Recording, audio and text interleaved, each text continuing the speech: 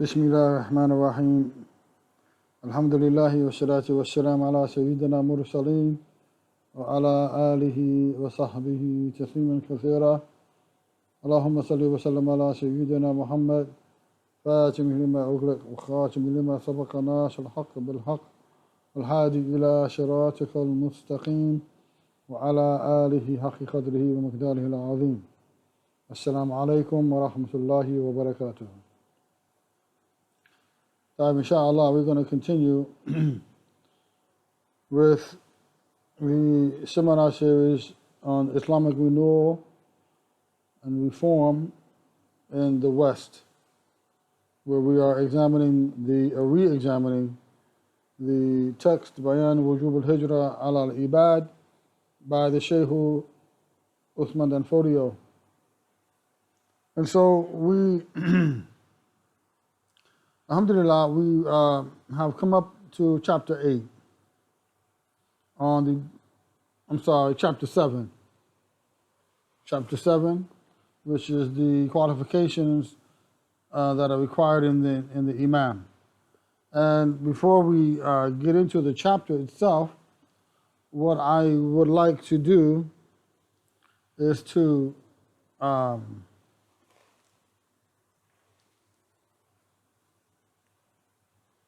give a brief summary of some of the things, the important points that I think it will be a fresh reminder, a needed reminder, to understand where we're going with this series and with this discussion. Because we're not just talking about reforming the self or just seeking knowledge, we're talking about establishing a new Islamic reality in America, a new Islamic political reality for the Muslim community, specifically for the African American Muslim community. And so if you go back to the original videos for this seminar series, which are on the YouTube channel, you see that we modeled our vision and our philosophy off of 4 basic personalities. And those personalities were the Shaykh Uthman al-Fodio himself, Shaykh Ahmadu Bamba and Baki, rahimahullah, Shaykh Ibrahim Niyas, rahimahullah, and Shaykh Al-Hajj Umar al-Futi, rahimahullah. These 4 personalities, as I expressed, are extremely important for the African American Muslim community to understand and to learn about their lives because of the work that they did during their lifetime and the work that they left behind. And the common characteristics of each of these movements was that they all established their own territory. And this is essential. It doesn't matter the situation, where the Muslims are, we have to establish our own territory. Even as I expressed earlier, even if we zone out blocks in our communities, 10-block radius is known, this is the Muslim community. Like you would have a Chinatown or a Koreatown you have in most big cities. We need to have a section of the city that is known, this is where the Muslims dwell. And within these confines, within these borders, then you have to come correct. And that's something that the leadership has to really come to terms with, because we can no longer function the way that we function. This cannot continue, especially with the current political and social climate as it is.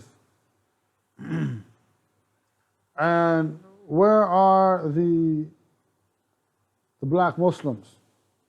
Where are we going to end up? We should be at the forefront of the leadership because we have the truth, we have the knowledge, and we should have the organizational skills.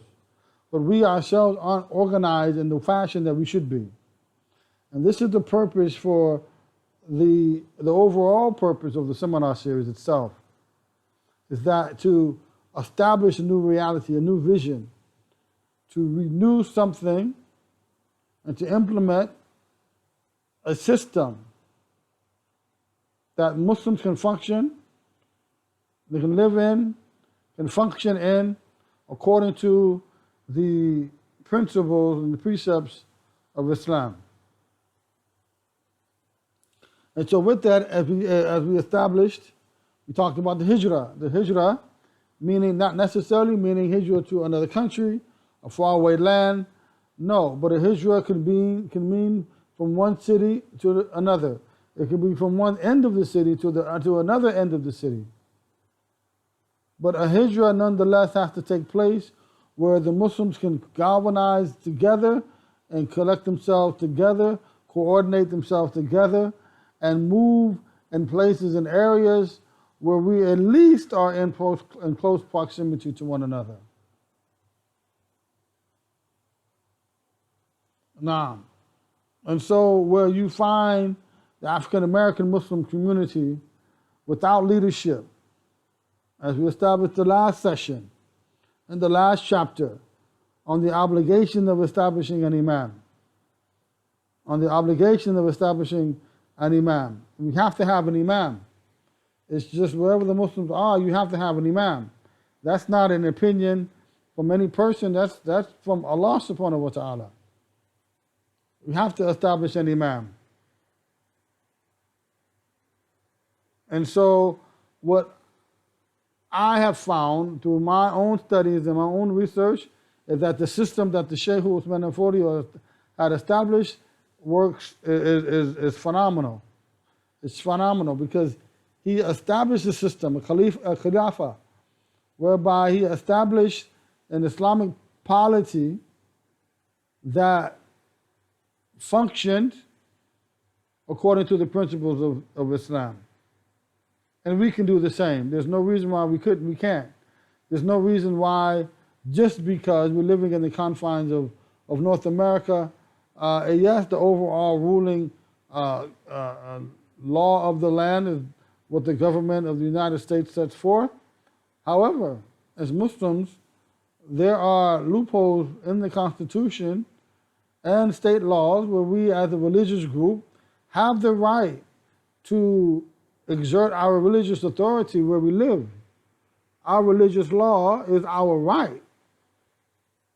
It's our right. So we can have court systems. We can have legal arbitration in the government. But the question is, do the Muslims really understand, or do they really want these things? And we as an African American community, Muslim community, organization is extremely important. We have to have organization. Other communities, immigrant communities where you may find other ethnicities, the situation is different for them. Simply because they have a long heritage, they have countries that they can return to, countries that they can look to for leadership and guidance, and a collective unity, a collective identity. Whereas African American Muslims, we don't have these things. And we need to establish, one, a collective identity by which we can function together. And if we're going to do it, it has to be done according to Islam. Not to our own cultural precepts or our own modern ideas. It has to be according to what Islam dictates. And Islam dictates, one, that we have an imam, as we established in the last chapter. Two, as Malcolm X said, that land is the basis for independence.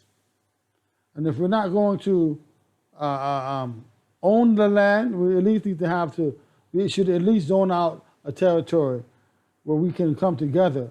But the idea and the goal should be to own the land. And there's no reason why we aren't able to do so. It's just simply a lack of leadership, weak leadership, disorganized leadership, this illusion leadership, leadership that does not have a vision for the people, and there's too many distractions. And it's imperative, the black man in America, especially for more specifically, black Muslims in America, we have to create our own table. We have to create our own reality. We have to stop being a commodity for other groups, other peoples.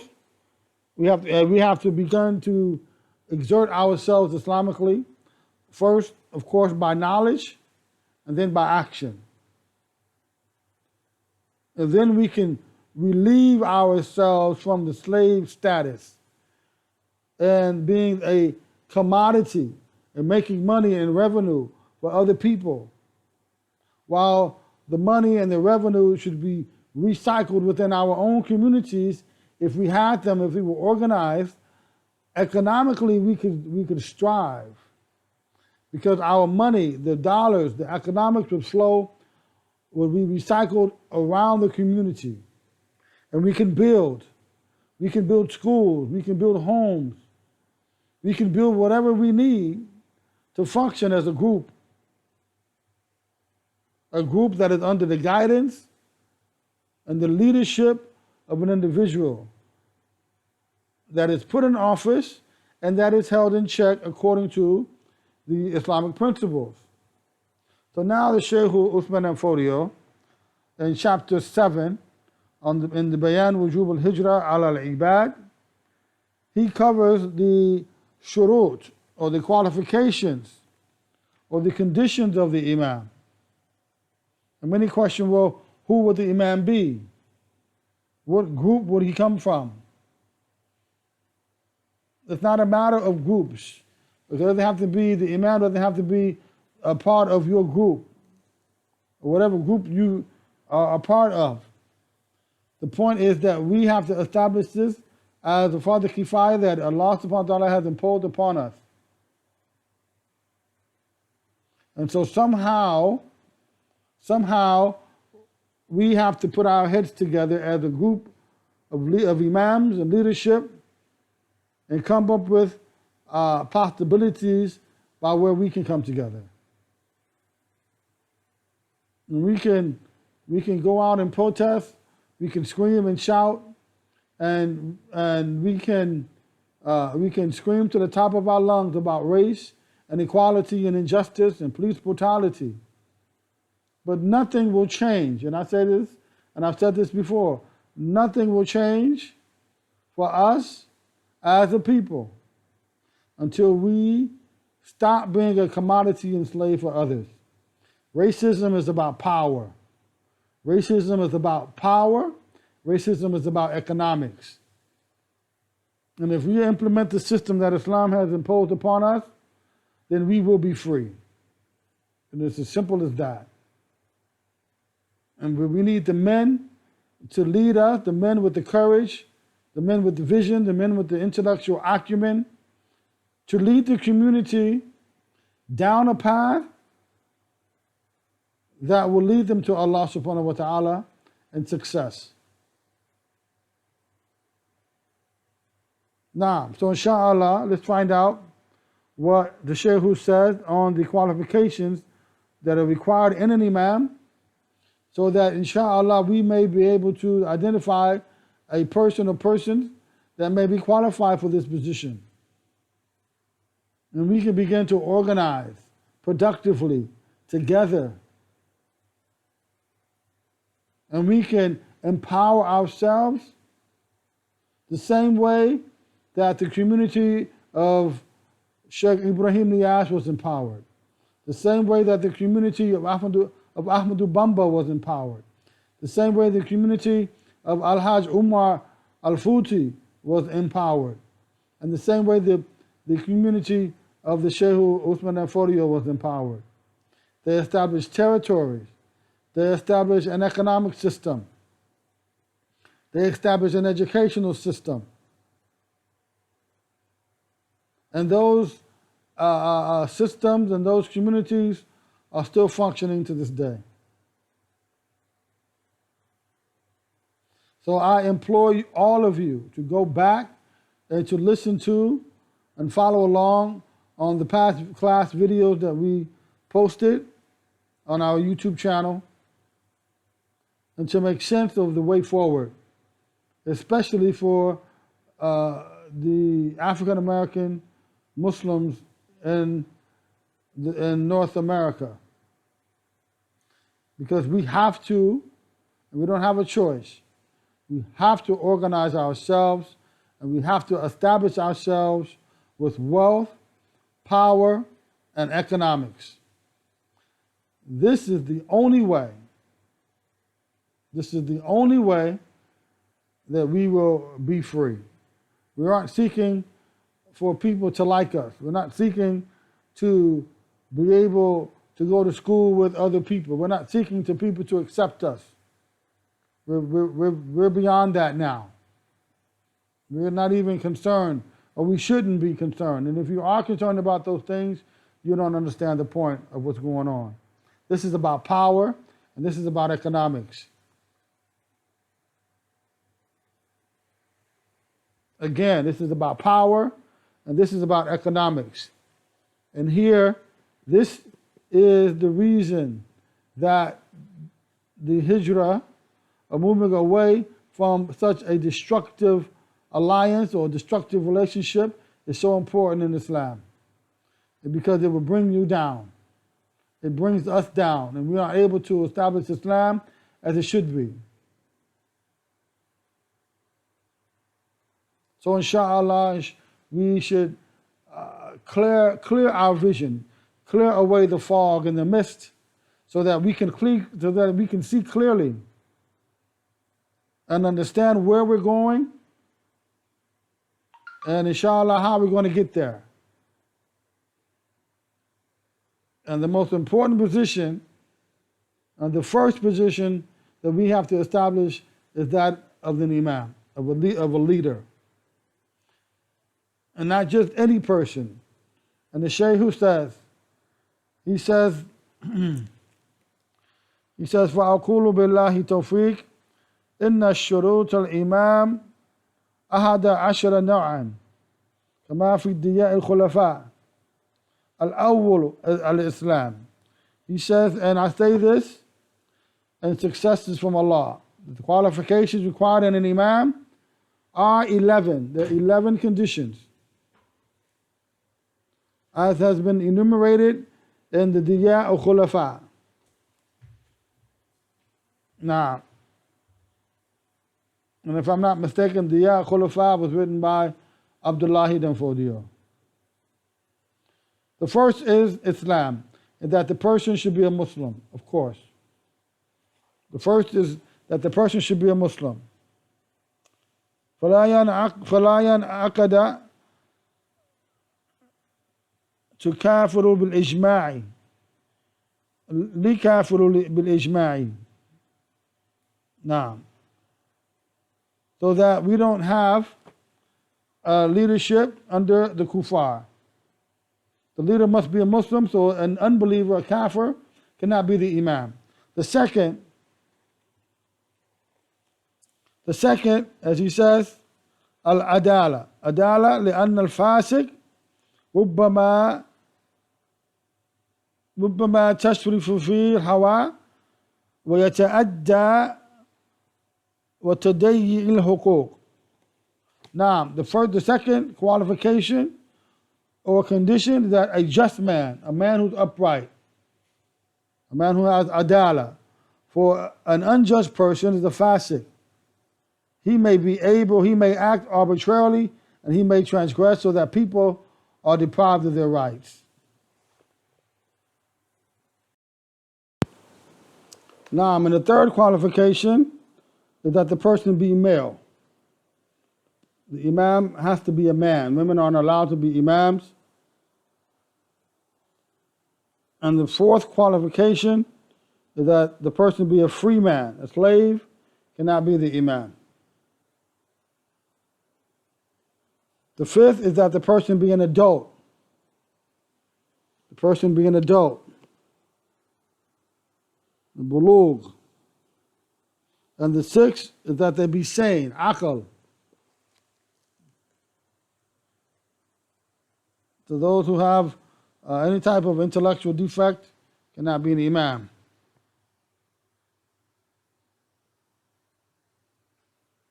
Someone of sound mind. The seventh is أن يكون مجتهدا في الأصول الدين وفروعه إن وجد وإلا فأمثل المقلد. So the person must be a person who is qualified to give his own independent judgments by the principles of the deen. A mujtahid, both in usul and in the furu', and the usul and the principles and in the branches. And if such a person cannot be found, then a muqallid, a follower, will do. So what in our situation, what we'll find is that most people will be those people who are, they may be learned. They learn it in following a particular school of thought, knowing the science of usul al-fiqh, and maqasid al-sharia, and qawaid fiqhiyya. These are all important qualifications, and we have people who in our communities who have studied and are learning in these sciences. Now, and the eighth qualification, أن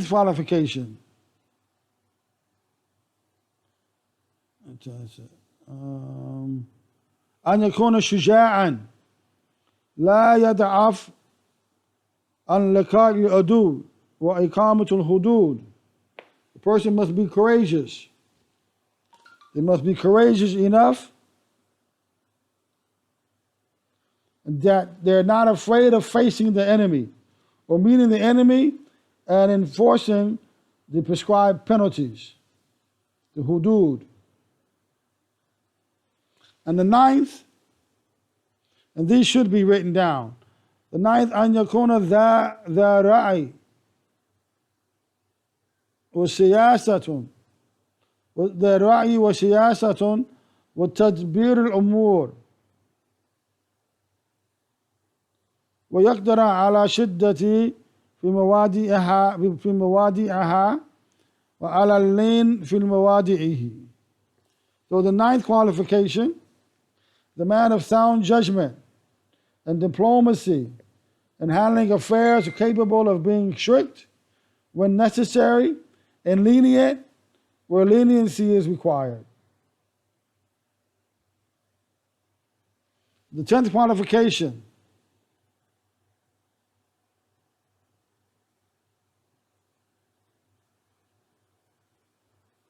أن يكون مقتدرا على إنفاذ أمره وحكمه. The 10th qualification, a man who is capable to execute, who is able to execute his decisions and commands. A man who's able to execute his decisions and his commands. And the last one, the 11th,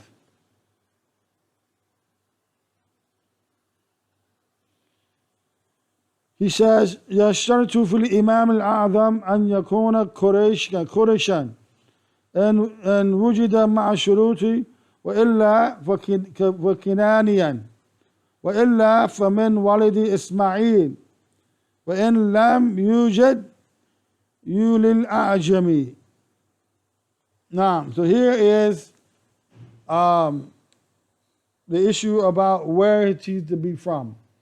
He said the 11th condition is that in the case of the supreme imam, the Imam al-A'zam, has to be from the tribe of the Quraysh, which is the tribe of the Prophet sallallahu ta'ala alayhi wasallam. If he cannot be found, or one cannot be found to fulfill this qualification, then he should be from Kinana. And And if he cannot be found, then he should be a descendant of Ismail alayhi salam. And if he cannot be found, then a non-Arab, an Ajami, should be installed. So for the African American Muslim community, then we should install as an imam, because we're not going to be able to determine if someone of our people are from Quraysh, or if from Canaan, or from the descendants of Ismail alayhi salam. So we should establish someone who has the previous 10 qualities and qualifications. Our imam should be one who is familiar, is from our community, and is familiar with our community, is familiar with our needs and our concerns, and have the first 10 qualifications at least that have been enumerated here.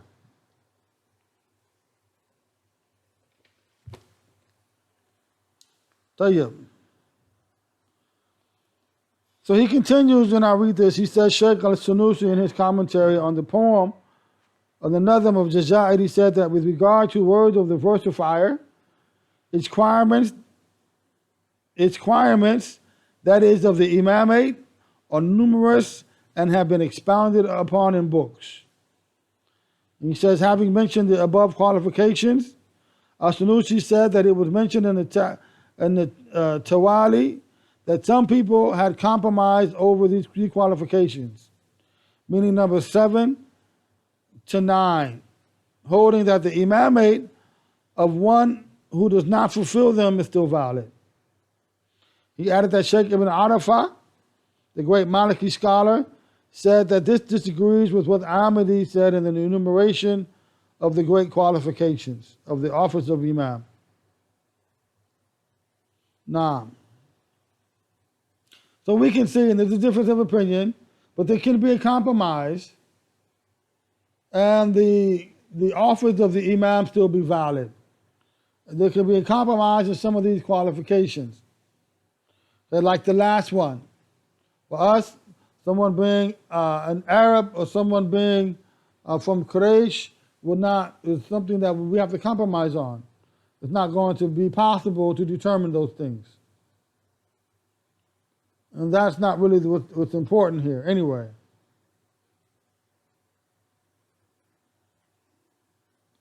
But as for the first 10, then I see not one of these that we should not be able to fulfill.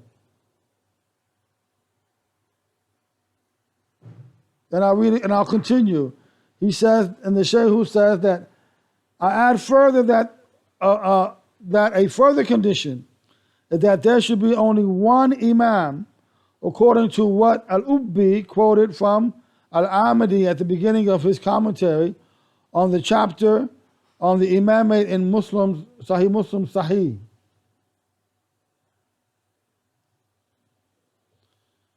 Al-Lakhani mentioned in his Ittihaf, according to Ijma', it is not permitted for there to be more than one imam at the same time and in the same place.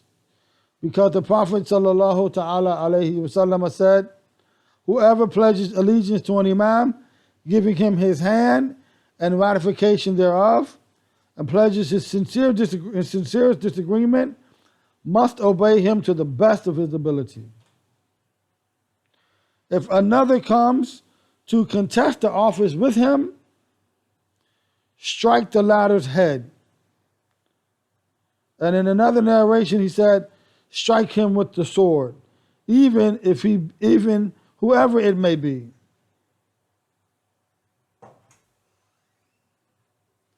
He says, but Al-Ubbi quoted Ibn Arafah in saying that the tradition, if two caliphs are paid allegiance to, kill the second one, is only with respect to the place where the authority of the imam has reached.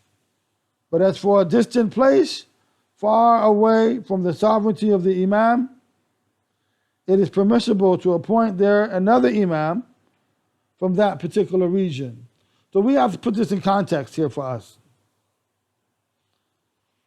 And as a small group and a marginalized and stigmatized group that we are in America, the black Muslim community should have an imam. And that imam should be one imam. Now what can we have is, because we're spread across the country, we have imams for those particular communities. But the imam that I'm talking about is the supreme imam, the imam that deals with our concerns politically, which means this imam will have to engage government politicians. The imam will have to engage himself economically, which means he'll overlook all the affairs of the economic affairs collectively as a community. As individual communities, they govern themselves. But there has to be some allegiance given to the community as a whole. This is extremely important to understand. And there's really not that much has to change.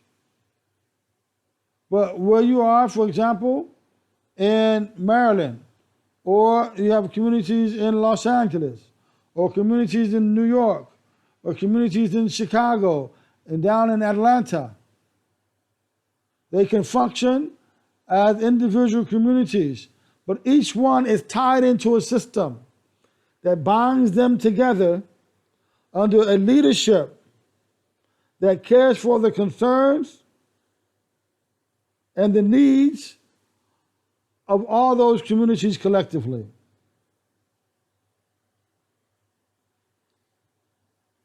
And that we function as a body of people. So if you go to Atlanta, you have the Muslim territory. If you go to Los Angeles, you have the Muslim territories. If you go to New York, you have Muslim territories, so on and so forth. And they can be blocks, and within the blocks, you have the Muslim schools. There's no liquor stores. You have brothers and sisters who are functioning at the whatever is the need of any community. You have grocery stores. You have gas stations. You have clothing stores. You have restaurants. You have boutiques. You have tailors. You have carpenters. You have plumbers. You have all of those things that within the community that we have the talent and we have the skill to provide. That we set up a foundation and a base in each of those cities. And every once a month, twice a month, or bi-monthly even, the representatives of the imams from those communities across the country come together under the leadership of the one imam and to deal with bigger concerns on a political scale, bigger concerns on an economic scale, and on a social scale. If this happens, we will have gained independence and sovereignty of our own selves. And no longer will we be a commodity. No longer will we be slaves. No longer will people be able to set up their shops and their stores in our communities and sell junk and poison to us and disrespect us. And so when we sit down at a table with other groups of people, they can look us in the eye with respect and dignity.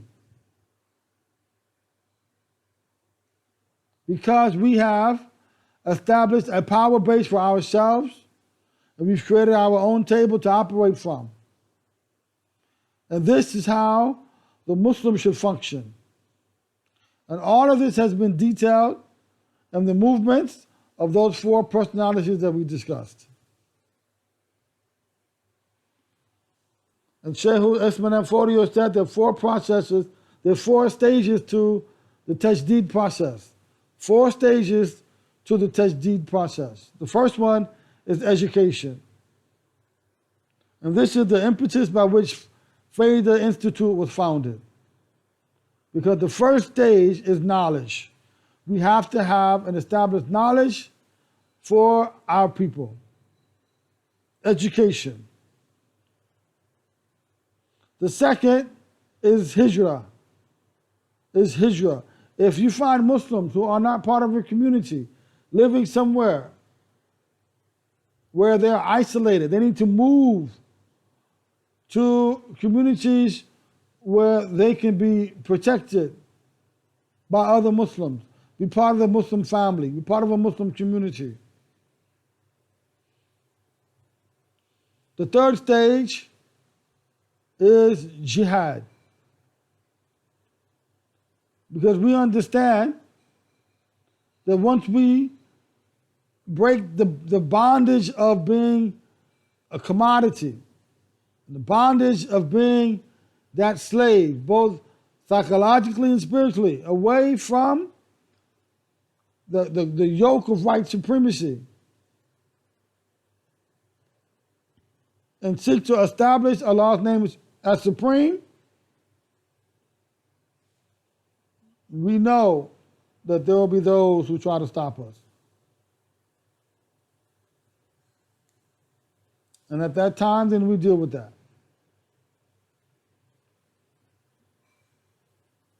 But in any case, there's a win-win situation, because the last stage and the final 4th stage is victory. It's victory. There's no loss in this process. We don't lose. Everything is a victory for us, because everything is struggle, and the barakah is in the struggle. The barakah is in the intention to struggle. So we have a win-win situation here.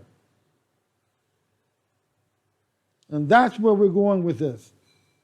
Education, hijrah, jihad, and victory.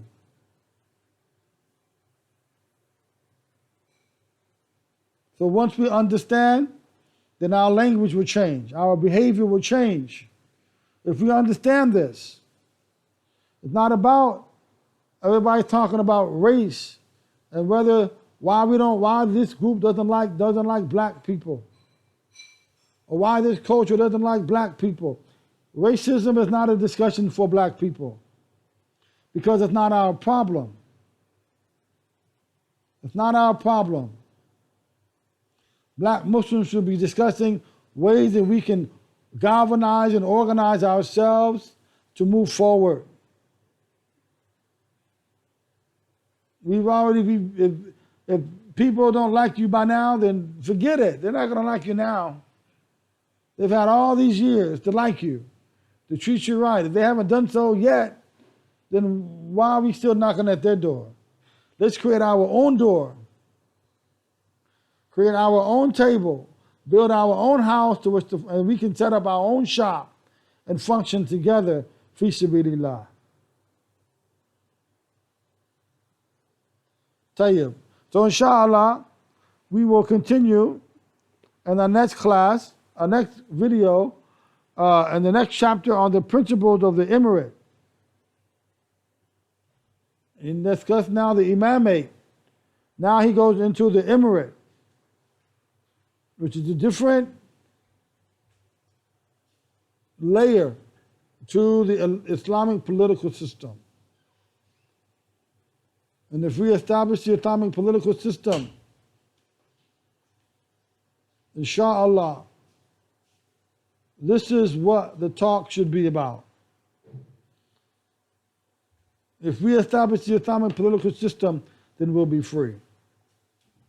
Literally, we'll be free. So with that, inshallah, Allahumma salli wa sallam ala Sayyidina Muhammad wa ala alihi wa sahbihi tasliman kathira. Subhana rabbika rabbi izzat al-amma yasifun wa salamun ala mursaleen walhamdulillahi rabbil alameen. Assalamu alaikum wa rahmatullahi wa barakatuh.